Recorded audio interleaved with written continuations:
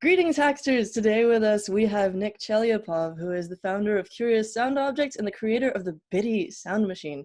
Now, on Kickstarter it says that it's a drum machine, but it also can do melodies and stuff, right? Uh-huh.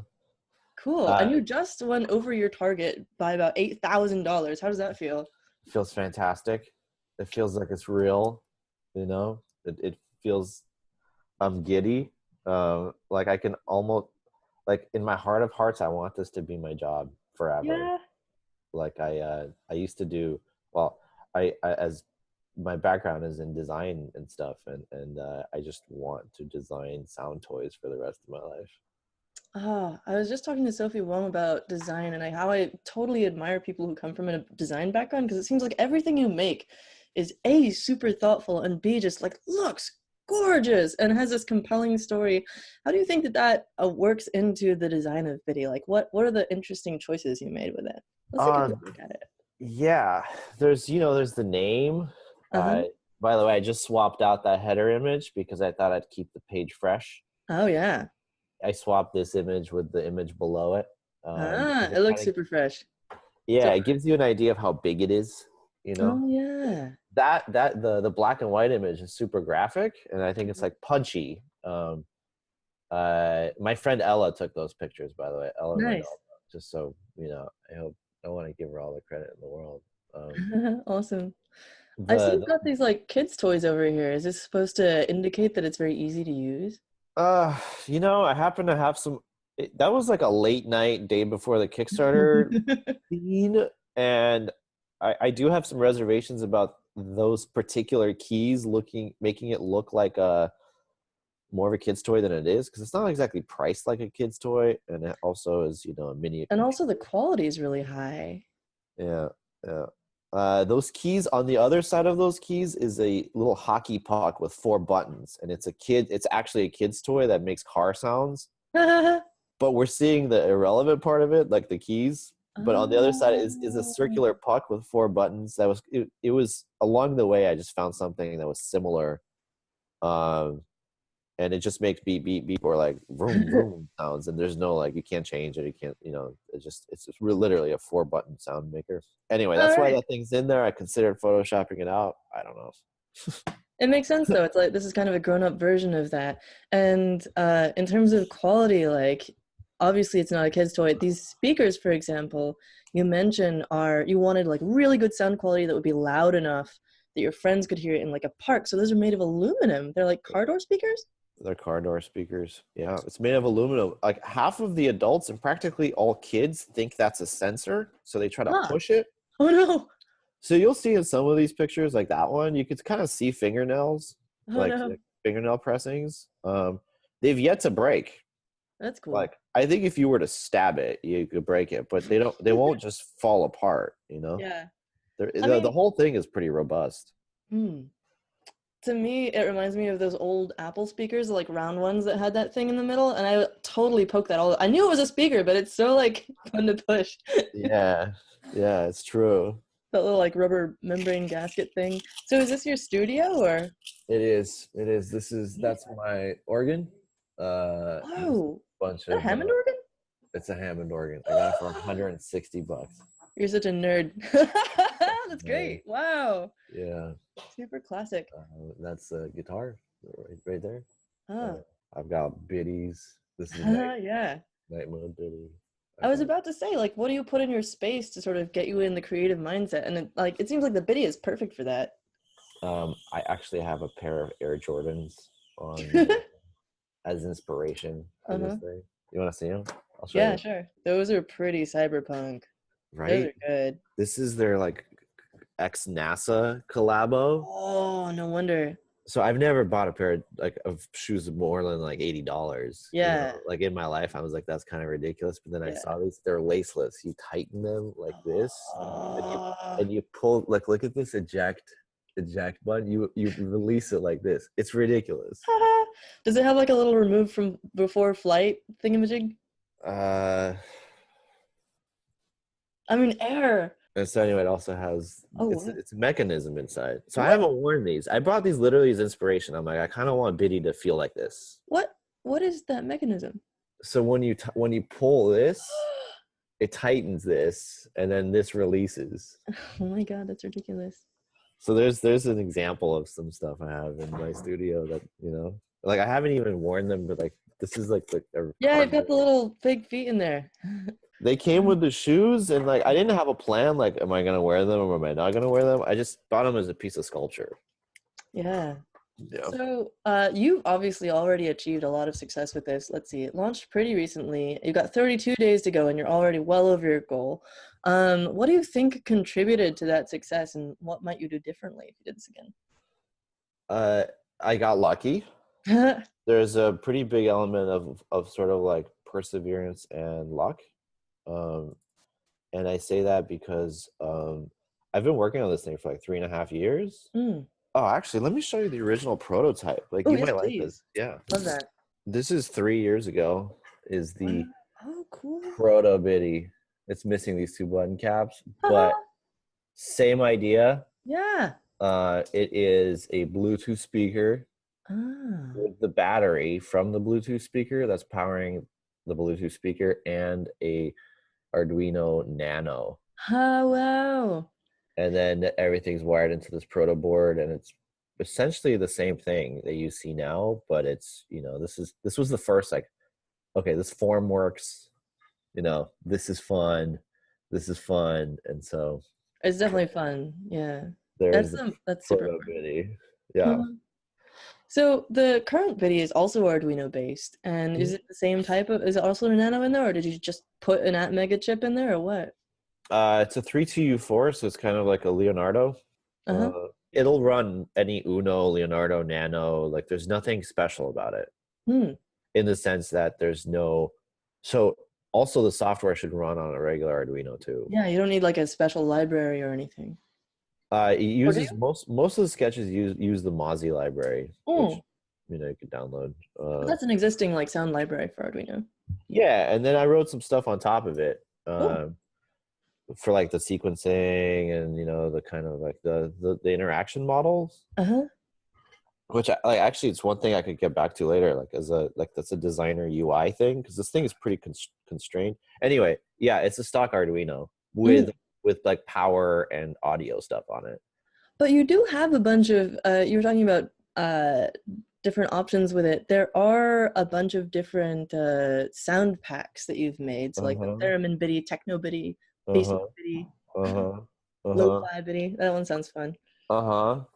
I can give you an example of the this Ooh, yeah, lo- please. lo-fi one is, this one's not on the internet. It's Ooh, exclusive. let me see if it's this one. Let's see if you can hear it. It's a guitar one. Oh, whoa. Can you hear this? Yeah.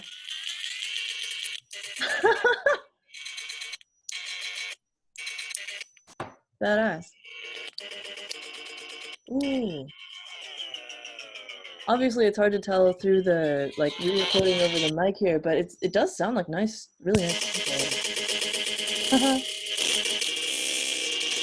You can kind of tear it. Glitchy. It's glitchy. Yeah, I have a proper video. I'm gonna make and put on YouTube too. You also have this sample or track in here from Hex Eater, which I listened to this morning, and it's super good. Like, it's all made with BIDI sounds, and it sounds really pro, and like it's also really fun to dance to. Like, it's great. Yeah, and I have to Really say, like, he's a real pro. You Uh-huh. know, like, I can't make music like that. And it Well, sounds great. I mean, he's a pro. Yeah, he recorded it. There's like layers of it. You know, he's really. In fact, he and I started talking about doing like a Hex Eater pack. Cool. To like Yeah. basically like reverse engineer the stuff he made and put it into the biddy. Ha! I love it. Yeah, because what he did is he took like a few sound packs and he sampled them, and then he like Yeah. arranged them to make a track. Like, I think it would be, you know, and I was like hesitant. I'm like, well, hey, this is, you know, like, I can't do this out the box. Mhm. But you could make like a compound pack.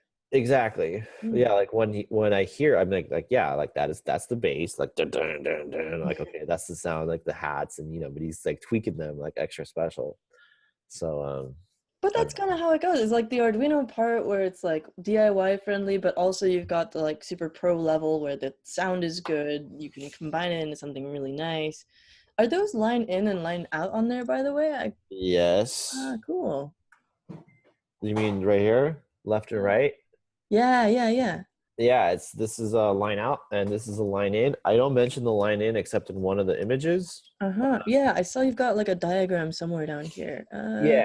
Yeah. So line out obviously works. In is right now it goes straight into the micro. But it so you know the idea there is it can be used for syncing or as a shitty guitar pedal. By shitty I mean like lo-fi. Yeah. It's just like there's no software to support that yet, so it's on the hardware. So you know I think hopefully people it's hackable. It's hackable, right. And I think like some effects, like some pretty cool like low resolution effects, like bit crush. That's not hard. That's just downsampling. Yeah. At a variable rate would be amazing. Wow. Yeah. So besides the Arduino, what do you like to build with when you build music toys? I'm assuming this isn't the only thing that you've built. You know, or maybe it is. I don't know. Do you feel like looking on Instagram? Sure. Because I can show you the thing that came before the Biddy was there's a keychain in the 80s and 90s. There's a tiny little key fob thing that made laser noises. If you remember those kind of sounds. I remember the yak back, which was I still want to make like a modern yak back. I think that'd be amazing. But what's the Instagram?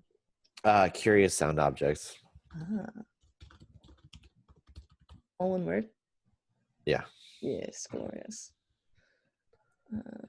Pull this up. So if you scroll down. Oh, this is great. Hey, you've got those old speakers, kind of. They look like the old Apple ones. That is a spherical concrete speaker I built. Oh, very nice. And then is this the thing you're talking about? Yes. So if you scroll down, so the original, what you're seeing is the original 80s keychain and the very first Curious Sound Objects thing. So like this is the first like mass available thing. This was a kit.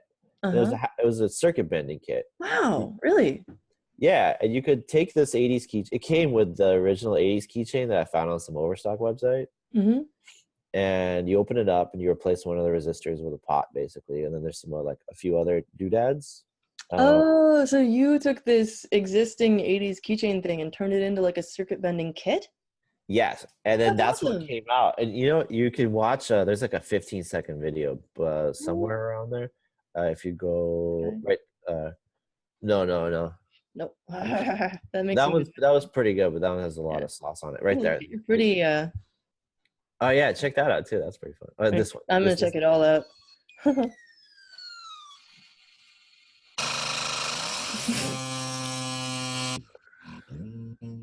Wow, that's awesome. Yeah.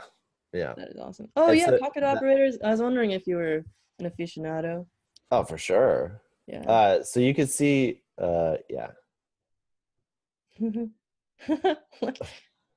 This just like a little game thing. You know, I was like, what if you could use it as a controller for a game? Yeah, totally. Hey, if you scroll down, to the right there is the kit. Scroll up again. This guy? No, just one row up. There. And then we've got the little package kit and stuff. That is so, you know, because I'm a designer, I was like, okay, hey, if it's gonna be a kit, I don't want it to just be a bunch of shit in the bag. Sorry, can I swear? A bunch of stuff. I didn't want it to just be a bunch of stuff in the bag, and so I hand sealed every individual component. I can see that you like heat sealed them. Yeah, with a heat sealer thing. And it was a horrible, like laborious process. But in any case, that thing was called Patient Alpha, and it was like the first patient of the Curious Sound Objects. There's really nice. The video of circuit bending it has like me opening up the heart and like soldering, you know, stuff onto the board. And you gave them a button with it too? Yeah, that's the Curious Sound Objects logo. That's great. You probably saw it animated in the Kickstarter video. Oh yeah. It goes doo And doo doo doo doo. so you were mentioning Curious Sound Object as something that grew out of your association with a Cambridge makerspace, Cambridge, Yes. Massachusetts, called Pirate Ship, Yes. and that's sort of where you like how did that um, help you sort of pick up your skills, Um, or what was your I experience there like? so I went to art school in LA. I fell into movie advertising right afterwards. Huh. That's what I used to do. No wonder your Kickstarter is so successful. Because like the graphics and video and stuff like that. Yeah, yeah, yeah. Yeah, that helps. The You're whole a hack like man. presentation thing Uh-huh. it is basically what I've been doing for a living until this. Uh-huh. Uh, and so there's a couple like I designed some websites and posters and some like online experiences for some pretty big movies. The two brag-worthy ones are Django Unchained and No Country for Old Men. Wow. And then there's a few like other pretty decent movies. There's a whole bunch of crappy movies. And then me and my girlfriend, who's now my wife, moved here. Congrats. Thanks. And we have a baby too. He's gonna be in one of Wow. the next videos. Sweet. What's his name? Apollo. That's a baller name. Apollo. We moved here, and all of a sudden I was like outside of LA, and like in LA you see billboards and stuff, and like here the whole thing was so far away. Uh-huh. I was like starting to approach my like later 20s, and I was like, this isn't as cool as I thought. Just like the luster of the whole like movie thing Mm. wore off. And I found this hackerspace, and people were building stuff with their hands and like electronics. Before I was just like a laptop guy. Mm. I just draw shit in Photoshop Yeah. or Flash or whatever. And I'd always played music, but I saw people actually building stuff, and like I saw an Arduino for the first time, and I made a little like robot head that turned left and right, and I'm like, this is really fun. And Cool. uh, it's hiding somewhere. I And was then yeah. yeah, and then the most inspiring part about the whole thing is we had a weekly synth night. Oh. Yeah, so every Wednesday night we would bring our like DIY or off the shelf synths. There'd be like 5 to 15 people, and we'd plug into like a mishmash of speakers, and we'd all just make like massive cacophonous walls of noise. That's awesome. So like Yeah, modular synths, digital synths, yeah, etc. yeah. Everything. Everything. Like That's yeah, rad. everything. So, like some people would just use like custom software like PD or Super Collider or whatever it's like sound instruments like people had, and we'd sometimes project like Space Odyssey or what's another one, a Blade Runner. We'd like project it on the wall. The whole place was just like a big like hackery mess, and we drink lots of beer and do this till like 2 or 3 in the morning, and it felt kind of like a fire dance. Sounds rad. Yeah, and it's the like I until then I hadn't really played music with other people. Like Huh. I took piano lessons as a kid, and so I could kind of play the piano. Yeah, me Yeah. too. And it was sort of classical, but it's really hard to jam with other people. It's more like a kind of recital anytime you start playing. Uh-huh. Yeah, you're like, "Ooh," and like, yeah. It's Yeah, and like all you people like can dial really do is like yourself sit back. there and clap sometimes. Like it's really awkward. That's funny. So you said that Curious Sound Object itself started as a series of events that you set up as kind of a gallery showing. Is that right? That's right. Yeah. And did that kind of grow out of these synth nights, or was it like? All of it kind of came out of that experience of being in a makerspace. Mm, And so on the one hand, yeah, like coming up with a show that like I felt like appropriately presented everybody's things yeah. as art. Um, just happened. It made sense to me because like even my current space is kind of like it's kind of messy, and so it's like there's this like kind of science fair workshop Mm. kind of like presentation. When people come, I have like a bunch of stuff on my desk, and there's a bunch of bolts and stuff. Oh, Like, my desk is a nightmare. and so like putting a single thing on a pedestal, it gives it the attention it needs. Mm. So that came out of it. The synth night was a sort of seed for enjoying making music with other people, Mm. and the and so in Nice. a like childish, it was like childishly fun. I also Yeah. think, adults, like, we have problems with like, oh, fun is for kids. I know, yeah, that's why I was wary of making that as the sort of dichotomy there. But yeah, sort of spontaneity and Yeah, like play. I mean, it's kind of interesting. Like, we play music. Like, Mhm. isn't that Oh cool? yeah. Like, we don't You we don't don't. work music. Yeah, yeah. It's like the only thing. It's like it's unique. Like, we yeah, right. You don't. Yeah. Sports too, I guess. But yeah, you Yeah, those play are also like games. Mm. totally. Yeah. And I think that's awesome. Some of my friends are like, bro, it's not a toy. It's like, it could be a pro instrument. I'm like, yeah, but I mean toys and it's fun. Yeah. You can get good at it like you can on an instrument. Um, like, yeah, like I think toy sometimes means like there's no range. So you also did this cool interview people can read on Kickstarter, and we'll link to that in the description to this video. Um, yeah, it seems like you made a really quick success in the Kickstarter, but you also mentioned earlier that you felt that perseverance was a big part of your journey here. So relating to that, what kinds of challenges have you faced in this process, and how do you deal with Um, it? uh, well, so the first this one I made myself. Mm-hmm. Um, and that was the extent of my hardware skills. Like, decent, it's a prototype. You get the idea of, like, like the shape and functionality, and it had kind of like early versions of the software, but I couldn't do the PCB design myself. Like, I had Right. never studied board. I took a class where we did like a simplest board of like a button and an LED or something. But like, I can't design this board. Like, Yeah. I'm not an electrical engineer by training. So I had to find a friend who would do it. And I found a friend named Owen Trueblood. That's a cool name too. Yeah, amazing. And so he designed the first white one. And he actually designed this. He assembled it by hand, which is crazy because, like, look at Wow. look at this stuff. It's like it's Yeah. it's tiny. And then he moved to New York to do a startup.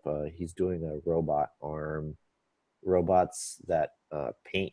And then I That's met cool. another friend, a guy named Gavin Lund, who's upstairs, who I was just talking to before coming down here, because we're trying to fix some stuff before we Mm. ship this. Like, there's, like, we're trying to make sure like the batteries last a while now. We're basically like kind of finessing we were looking at the components to see, like, hey, if we ship 1,000 of these, can we get 2,000 of this part and 2,000 of that part? So we're kind of like optimizing the BOM. Right. Anyway, so that's like basically the kind of okay, so some of the challenges is basically finding collaborators, Mm. but it was pretty easy, and I think it's because I'm in the city. Like, I don't know what I would do in Los Angeles. Like, yeah, there's like 12 million people or whatever, but like here, it's just like Cambridge is like the Brooklyn of Massachusetts, and it's also extra like nerdy, and Yeah. There's a huge nerd density. the density of like creative nerdery is like unsurpassed. And plus, like, no one's like, I don't know, everyone's just easygoing. Like, okay, early on, 2 years ago, when I was making the prototype, I was having trouble getting polyphony out of it. Uh-huh. So I'm smoking a cigarette outside with another guy that works in the building. And there's like a bunch of hardware companies and design and stuff. And I'm like, how do I get polyphony? He's like, add them. I'm like, what do you mean add them? He's like, just put a plus in there. Oh, add the like waveforms. Yeah, Right. right. And it, like, in retrospect, so I go back and I'm like, okay, button A sample plus button B sample plus buttons, and all of a sudden I have polyphony, and it Oh took my me. God, that's amazing. It's amazing, and I just it just didn't look like adding a Yeah. plus in, right? And all of a sudden I had my, like, the problem was fixed. It took me 5 minutes. I would have like banged my head on the internet for like a week. Yeah. Yeah. Yeah. Yeah. Yeah. Or like put it off because it's like, oh, another thing you have to research or whatever. And it's just this fast thing. That's a really smart approach too, is like, if you're a small company or a single founder, you either have, there's no way that you have expertise in the entire stack of skills that you need, right? So you can either try and spend years learning it all yourself, and or you can try and find people who already know this and will like work with you on it. And just being in an environment like that, like you described, is so positive. Yeah. I'm grateful. I'm grateful to Yeah. be here. Yeah. Baller. So what are you looking to do next? Like, what's the next steps? Obviously, you're going to finish your Kickstarter. Are you already having little brain sparks about your next pocket synthesizer or what have you? Or what do you want people to do with the bitty? What's next? I'll tell you. What do I want to do next? Yeah. I want this to be a full-time job, first of all. And so that means getting more people to buy them. I've been doing graphic design for like, the last 10 years or so, or it's 15 almost. And that's what I do. And so like about 20 to 30% of the last 3 years have been on this. So, it's either like a day a week or a week a month, like between projects. Sometimes it's a month out of 3, but that's kind of the rate at which it's gone. And it's taken 3 years. Like, I just want to do this all day, Yeah. every day for the rest of my life. Because if I get to go to work and write some sound software and like publish it to everybody that has a biddy, like, Yeah. it's like deathbed happy. That's Like, a dream. that's a dream. Yeah, I would be like, if I were dying tomorrow, I'd be like, oh yeah, that's great. Like I would like, literally deathbed happy. Yeah, yeah, yeah. So that's the target. That's the target. And I think eventually, like, just having people play with them, see what they do with them is really exciting. Like, see who writes what kind of software. Yeah, and what kind of other sound packs and stuff? Yeah, Your Laser Noises one? Is there one already? No, but yes, yeah. Thank you. That's almost, yeah, like, no duh. Put the original one back in there. Yeah, do one with explosions and stuff. Or maybe do like a 20. Make your own LA style movie trailers and like just make sure that you look away from it like a cool guy. THX one. Ooh, yeah. Yeah, right. Like a THX knobber. Have you seen that THX lemur video? No. It's like this little marmoset or something. I'll send it to you after. So that's what your life is going to be like. Once you achieve your deathbed happy state, you're going to be like, yeah. I'm actually tempted to use that as a gift in an update. Like, let's say it hits 100K or something like that. I gotta put that in there. Like, oh dang! Did you see the update I just posted right before our conversation? Get your pets, roommates, and significant others. Oh, you got Oprah on there. That's what I did this morning. Is you get a biddy and you get a biddy. That's a great feeling, huh? Yeah. Sweet. That's all the questions I pretty much had. Is there anything else you want to throw in? One of the things is I hope people play these together, like not just by themselves. And I hope they play them together, because playing music together is fun. That's sort of the whole like the pirate ship synth night thing. It wasn't just about making an instrument. It was like making an instrument that people could like just play anywhere, kind of like a portable electronic. Like ukuleles, you can just take anywhere. Yeah. Yeah, same idea. And like the pocket operators, yeah, there's like all sorts of comparisons to other stuff like that. The pocket operators are quiet. And they're also, and they don't have a built-in speaker either. They have, yeah, they they have, do, maybe. They're quiet. Yeah. Like the reason you might think that is because it's small. Yeah.